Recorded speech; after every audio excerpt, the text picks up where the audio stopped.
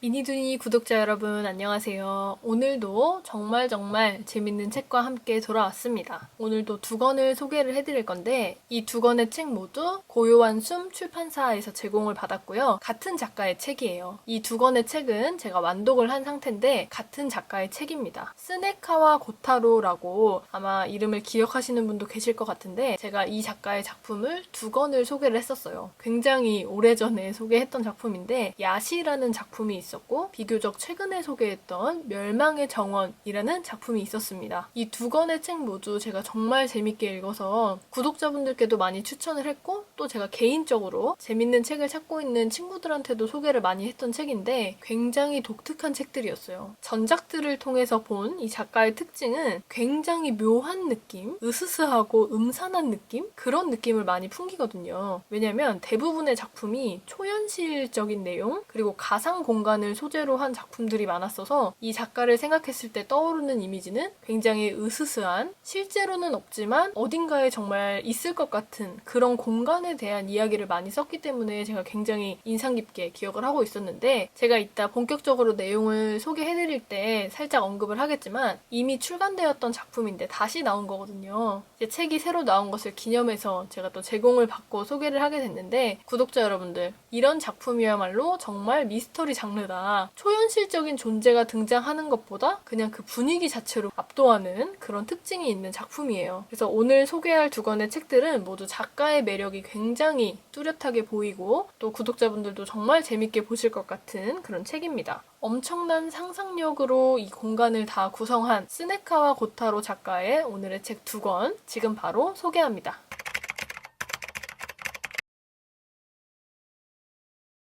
오늘 첫 번째로 소개해드릴 작품은 스네카와 고타로 작가의 천둥의 계절입니다. 제가 이 책을 신간도서라고 소개를 했는데 날짜를 잘못 봤어요. 신간도서는 아니고 작년 2월에 나온 거의 1년이 다 돼가는 책이네요. 제가 앞에 소개를 잘못했습니다. 이 작가의 작품 중에서는 가장 최신작이고 다시 한번 정정하자면 이 책은 신간은 아니고 작년 2월에 나온 책입니다. 앞서 소개를 했던 것처럼 이 책은 2008년에 국내에 출간이 되었다가 절판이 됐어요. 많은 독자들이 계속 재출간 요청을 해서 이 책이 2021년 2월에 다시 출간되었다고 합니다. 제가 책을 두 권을 제공을 받았는데 천둥의 계절과 가을의 감옥 그래서 굉장히 헷갈렸어요. 천둥의 감옥, 가을의 계절? 약간 가을과 계절 이렇게 연결이 되면서 사실 제목이 입에 착 안 붙었는데 책을 읽고 나니까 천둥의 계절이 저에게 굉장히 익숙한 단어로 다가오게 됐던 그런 특징이 있습니다. 이 책은 사실 제가 앞서 말씀드렸던 이 작가의 전작, 이 작가의 데뷔작인 야시라는 작품을 먼저 보신 후에 보시는 걸 더 추천을 드려요. 완벽히 연결되는 내용은 아니지만 같은 세계관을 일부 공유를 하고 있기 때문에 사실 저는 야시를 보고 나서 이 작품을 보면 훨씬 더 재밌게 이해하면서 읽을 수 있겠다라는 생각이 들었고요. 책을 소개할 때는 야시라는 작품과 상관없이 안 읽으셔도 그 내용을 모르셔도 이해할 수 있도록 제가 간단히 정리를 해봤습니다. 이 책의 장르를 조금 나눠보자면 판타지 소설의 요소가 다분하고 또 성장 소설의 요소도 있어요. 그래서 판타지 소설, 성장 소설 정도로 생각을 하시면 좋을 것 같은데 가상세계를 다루고 있습니다. 어떤 곳이냐면 온이라는 지역인데 지도에도 나와 있지 않은 기억 속의 땅이라는 곳이에요. 굉장히 신비롭고 또 초현실적인 공간인데 천상계와 인간계, 여기서는 인간계를 하계라고 얘기를 하는데 그 사이에 있는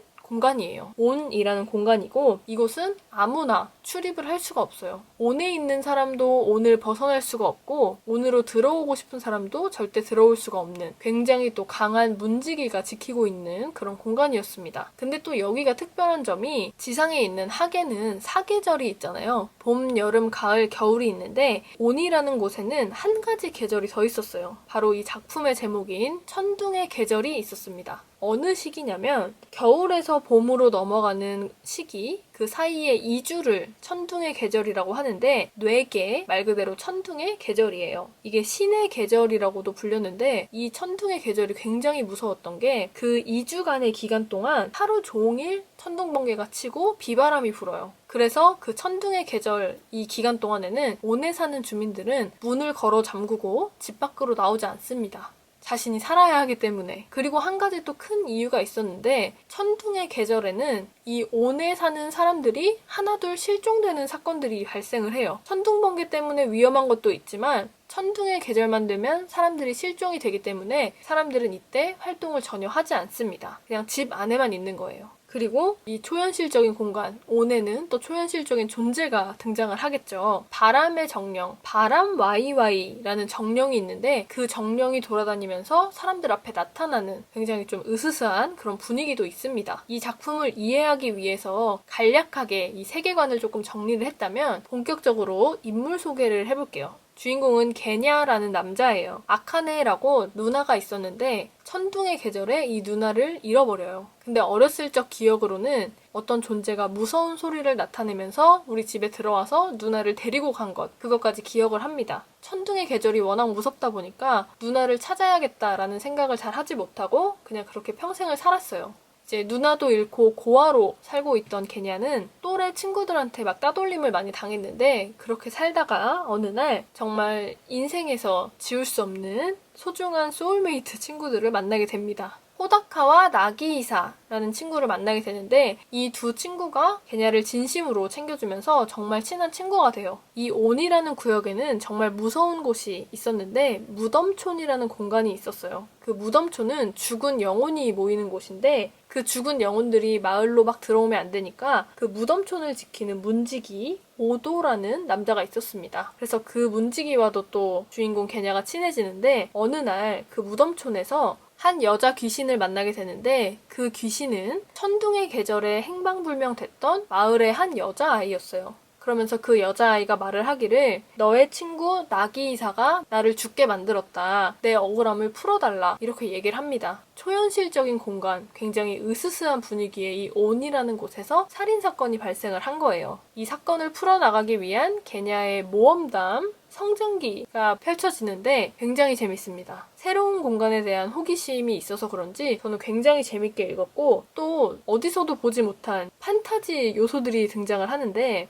일단 천둥 계절이라는 계절 자체도 굉장히 또 신기하고 바람의 정령도 굉장히 신기했고 또 살인 집행 단체 귀신조라는 단체가 또 등장을 해요. 그래서 현실 세계에서 볼 수 없었던 굉장히 낯설지만 신비로운 그런 요소들이 많이 등장을 해서 보는 재미, 또 상상하는 재미가 있습니다. 주인공 게냐가 온에서 발생한 살인사건, 그 살인사건을 해결하기 위해서 하계를 오가면서 살인사건에 대한 비밀을 파헤치는 내용인데 친구가 범인으로 밝혀진 상황에서 과연 게냐는 어떤 선택을 할지, 그리고 계속 돌아오는 천둥의 계절, 사람들이 계속해서 실종되는 이 계절은 어떻게 비켜나갈 수 있을지 굉장히 기대를 많이 하면서 봤던, 그리고 기대했던 만큼 재밌었던 오늘의 첫 번째 책, 천둥의 계절이었습니다.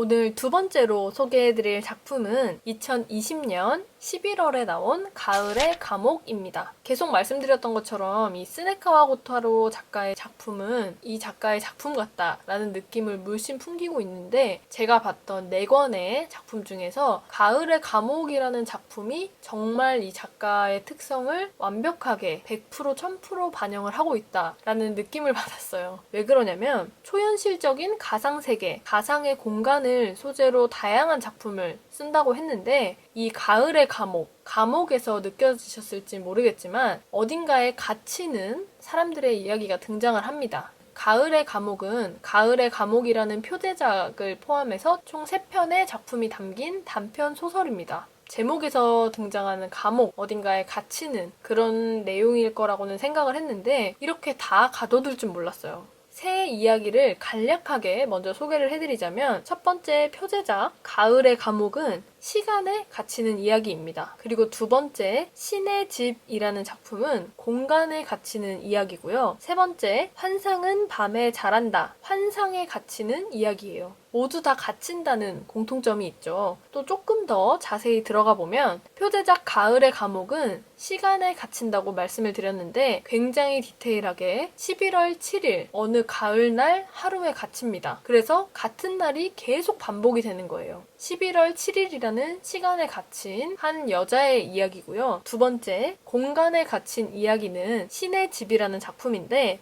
한 평범한 남자가 초가집을 발견을 하고 들어갔다가 잡혔다고 해야 될지 갇혔다고 해야 될지 둘 다 맞는 것 같은데, 암튼 다음 후계자가 등장할 때까지 그 공간을 떠날 수 없는 그런 이야기가 또 등장을 합니다. 그리고 세 번째 작품, 환상은 밤에 자란다. 시간 공간과는 좀 다른 느낌인 게 환상에 갇히는 이야기예요. 남들은 사용할 수 없는 환술 능력을 가진 한 소녀의 이야기가 등장을 합니다. 간략하게 세 가지 이야기들 좀 전달을 해드렸는데, 제가 오늘 조금 더 깊게 알아볼 내용은 첫 번째, 시간에 갇힌 가을의 감옥이라는 작품이에요. 이 책을 온라인 서점에 검색을 했을 때나 또 뭐 스윙테일 블로그 같은 데 보면 이 책에 대한 줄거리를 보실 수 있는데, 대부분 표제작인 가을의 감옥으로 소개를 하시더라고요. 근데 제가 이 책을 완독을 하고 보니까 가장 기억에 남고 좀 인상 깊었던 것, 그리고 저한테 많은 생각을 하게 했던, 약간의 교훈도 주는 그런 작품이 저도 가을의 감옥이었기 때문에 가을의 감옥이라는 작품을 중점적으로 소개를 해드리려고 합니다. 가을의 감옥의 주인공은 아이라는 여자아이가 나와요. 얘는 대학생인데 비가 오는 어느 날 아침에 눈을 뜨고 학교에 가서 친구와 대화도 나누고 다시 집에 와서 잠들었어요. 그리고 그 다음날 아침 또 비가 왔고 친구와 대화를 나누는데 이상한 점을 발견을 합니다.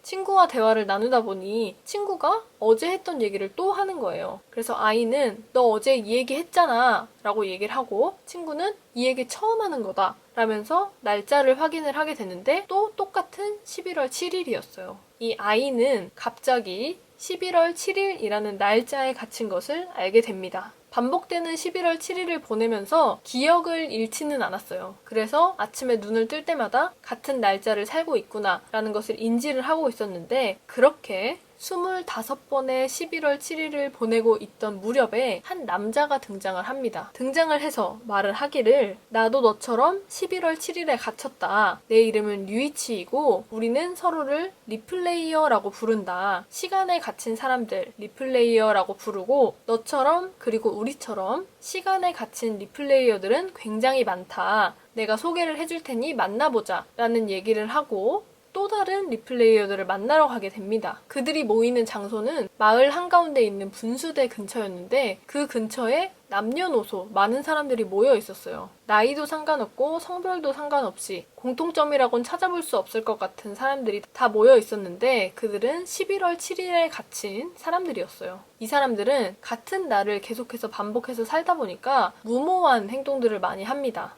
제가 당장 기억에 나는 얘기들을 좀 정리를 해보면, 한 남자는 아내 불륜을 목격을 하고 아내를 죽여요. 다시 또 깨어나면 자신이 죽인 아내와 똑같은 하루를 시작을 하는 거예요. 죽여도 계속 살아나는 아내. 굉장히 무섭기도 한데, 그 외에도 교통사고로 인해서 자신이 목숨을 잃어도 다음날 똑같이 아무 일도 없었다는 듯이 깨어나기도 하고, 어떻게 보면 정말 목적 없는 삶을 다들 살고 있었어요. 그렇게 리플레이어들이 조금씩 친해지던 어느 날 리플레이어 중 한 명, 두 명씩 사라지는 것을 알게 됩니다. 리플레이어라는 존재를 서로는 알고 있었기 때문에 이 사람들이 모임에 나오지 않으면 수상하게 여기서 같이 걱정을 했고, 또 심지어 같은 공간에 있었는데 갑자기 사라지는 경우도 있었어요. 그래서 누군가가 리플레이어들을 노리고 있다. 과연 어떤 이유로 리플레이어들을 노리고 있으며, 사라진 이들은 과연 11월 7일을 탈출을 해서 11월 8일로 넘어간 것인가? 아니면 어디로 간 것일까? 그런 내용을 다루고 있습니다. 저는 사실 이 책을 보면서 후반부로 갈수록 왜 리플레이어가 됐는지, 도대체 어떤 이유로 11월 7일이 반복이 된 걸까? 그리고 그 사람들이 혹시 공통점을 갖고 있을까? 라는 답을 찾는 데 집중을 했다면, 다 읽고 나서는 사람들이 시간에 갇혀 있는지 그런 이유를 전해주지 않더라도 삶과 죽음에 대해서 다시 한번 생각을 하게 됐던 그런 책이었어요. 왜 이 사람들이 갇혔는지, 무슨 이유로 여기 갇혔는지, 이런 게 중요한 게 아니라 이 현상, 초현실적인 현상을 통해서 이 작가가 전하려고 하는 게 뭘까, 그걸 더 고민하게 됐던 작품이었습니다. 저는 정말 재밌게 읽었고, 이 표제작 외에도 두 번째 작품 신의 집이나 세 번째 작품 환상은 밤에 자란다, 이 작품들도 보면서 굉장히 초현실적이지만 현실에서 일어날까봐 무서운, 그리고 일본의 어느 시골 마을 이런 데서 진짜 발생할 법한, 뭔가 있을 법한 그런 이야기들을 다루고 있어서 조금은 무섭게 느껴지기도 했던 작품이었어요. 저는 이 가을의 감옥이라는 작품을 40분, 45분 만에 정말 빠르게 완독을 했는데 몰입해서 읽게 되는 정말 재밌는 작품이었습니다. 오늘의 두 번째 작품, 가을의 감옥이었습니다.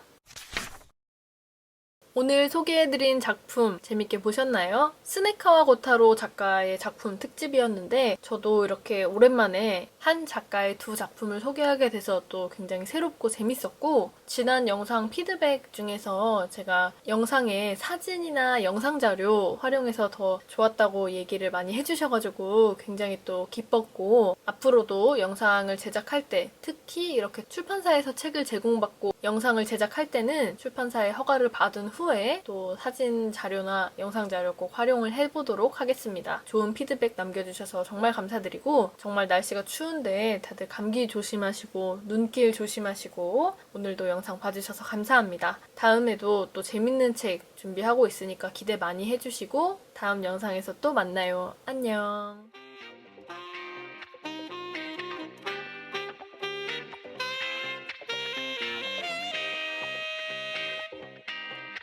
Enchanté.